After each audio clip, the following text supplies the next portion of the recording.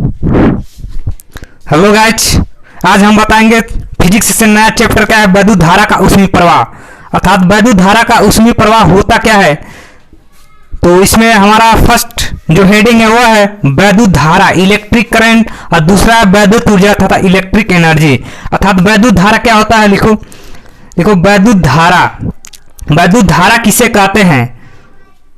आवेश प्रवाह की दर को वैद्युत धारा कहते हैं। क्या कहते हैं? आवेश प्रवाह की दर को हम वैद्युत धारा कहते हैं। आवेश प्रवाह की दर को वैद्युत धारा कहते हैं। वैद्युत धारा की दिशा धन आवेश के प्रवाह की दिशा होती है। धातुओं में वैद्युत धारा मुक्त इलेक्ट्रॉनों ऋण आवेश के प्रवाह में उत्पन्न होती है, अतः धारा की दिशा मुक्त इलेक्ट्रॉनों की प्रवाह की दिशा के विपरीत होती है। अब लिखना, यदि चालक में t सेकंड में q कूलाम का आवेश हो, यदि चालक में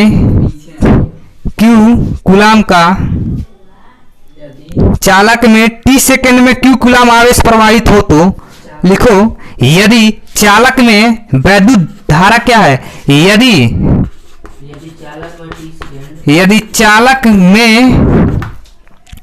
यदि चालक में t सेकंड में q कूलाम आवेश प्रवाहित हो, यदि चालक में t समय में, क्या बच्चों, t समय में q कूलाम आवेश प्रवाहित हो, अर्थात बहे। अर्थात किसी चालक में t सेकंड में q कूलाम आवेश प्रवाहित हो तो उसे हम क्या कहते हैं, वैद्युत धारा कहते हैं। अर्थात हमारा जो होता है I बराबर क्या होता है, Q/T। इसको क्या कीजिए, ब्रैकेट में लिख लीजिए I बराबर Q/T। अब I बराबर Q/T अर्थात धारा का मात्रक क्या होता है, एम्पियर होता है। धारा का मात्रक क्या होता है, एम्पियर होता है। और एक एम्पियर जो हमारा होता है, एक एम्पियर बराबर हमारा होता है एक कूलाम प्रति सेकेंड। अर्थात 1 कूलाम पर सेकेंड लिख लेना। 1 एम्पियर बराबर होता है हमारा 1 कूलाम पर सेकेंड।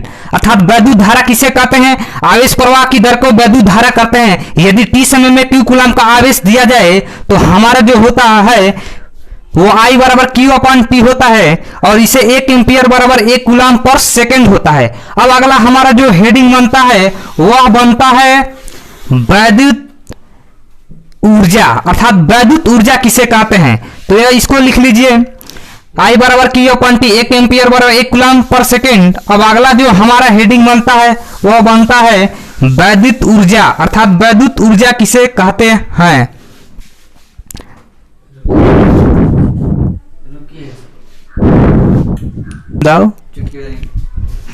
अब अगला जो हमारा हेडिंग है वैद्युत ऊर्जा। वैद्युत ऊर्जा किसे कहते हैं, तो हमारा वैद्युत ऊर्जा होता है क्या करा, किसी चालक में वैद्युत आवेश के प्रवाह होने में जो ऊर्जा व्यय होती है।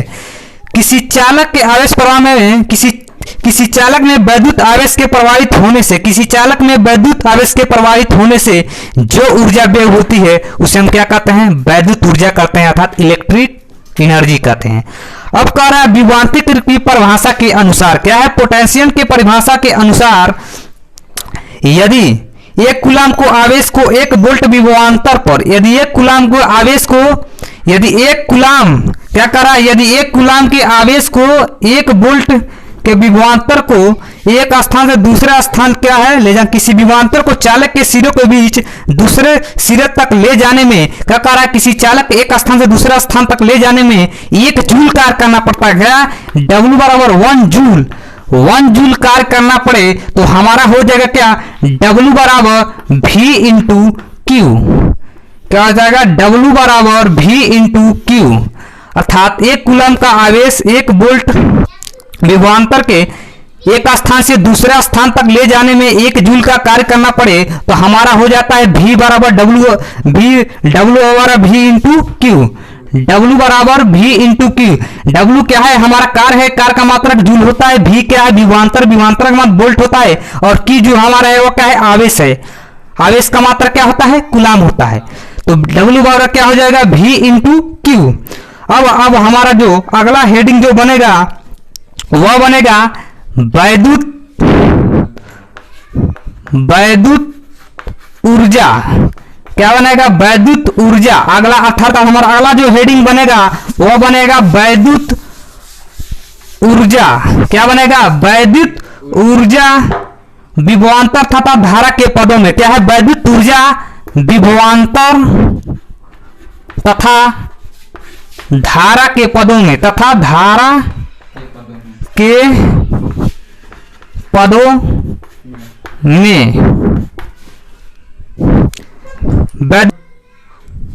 अगला जो हमारा है हेडिंग, वह हेडिंग है वैद्युत ऊर्जा विभवांतर तथा धारा के पदों में। अर्थात वैद्युत विभवांतर तथा ऊर्जा क्या है? धारा के पदों में W बराबर हमारा क्या होगा? तो कह रहा है कि माना कि किसी चालक के सिरों के बीच क्या है? विभवांतर V वोल्ट है। क्या कह रहा है? माना किसी चालक के सिरों के बीच विभवांतर V वोल्ट है और उसमें धारा क्या है? I एम्पियर है। क्या है? धारा उसमें I एम्पियर है कि धारा क्या है? I एम्पियर T सेकेंड में क्या हो? प्रवाहित हो। क्या कह रहा है? T सेकेंड में प्रवाहित हो। क्या कह रहा है? माना किसी विभवांतर क्या हो? V वोल्ट हो, धारा के I हो T सेकेंड में Q, तब चालक में T सेकेंड में प्रवाहित आवेश अर्थात Q का मान हमें ज्ञात करना है। ठीक, तो Q बराबर जो हमारा होता है वह क्या होता है? I बराबर होता है हमारा Q अपान T। तो Q बराबर हमारा क्या हो जाएगा? I T। तो वही हमारा हो जाएगा यहाँ पे Q बराबर I T। अर्थात क्या कह रहा है? विभवांतर भी वोल्ट हो, धारा I हो, तो Q हमें ज्ञात करना है। ठीक, तो Q अर्थात वैद्युत ऊर्जा हमारा क्या होगा? तो T सेकेंड में प्रवाहित आवेश। क्या कर रहा है? T सेकेंड में प्रवाहित आवेश, तो Q बराबर हमारा हो जाएगा IT। अब हम जानते हैं कि Q बराबर क्या हो गया है? हमारा IT हो गया। अब कह रहा है चालक में T सेकेंड में व्यय ऊर्जा ज्ञात करना है। कब कर रहा है? चालक में T सेकेंड में व्यय ऊर्जा ज्ञात करना है, वैद्युत ऊर्जा। तो हम जानते हैं क्या होता है? W बराबर, जो W बराबर होता है हमारा VQ। क्या होता है? W बराबर VQ। तो हमारा W बराबर क्या हो जाएगा? यहाँ पे हमारा V हो गया और क्या होता है? Q का मान यहाँ से क्या है? Q बराबर IT।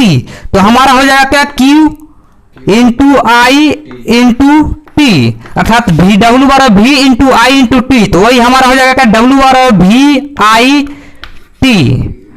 अर्थात इसको क्या करेंगे? ब्रैकेट में लिख लेंगे। तो Q बराबर IT, I बराबर होता है Q अपान T, तो Q बराबर IT। अब क्या करेंगे? इस मान का क्या करेंगे? इस वैल्यू में क्या करेंगे? V का स्थान पर पुट करेंगे तो W बराबर हमारा आ गया क्या है? VIT। अगला हेडिंग है हमारा जो वैद्युत ऊर्जा धारा तथा प्रतिरोध के पदों में। अर्थात जो हमारा निकला है पहला समीकरण इक्वेशन W बराबर VIT।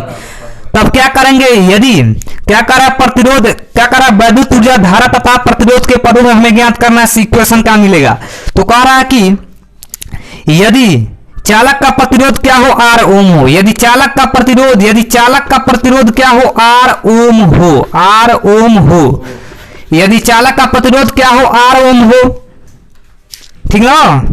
तब ओम के नियम अनुसार तब A/Q ओम्स लॉ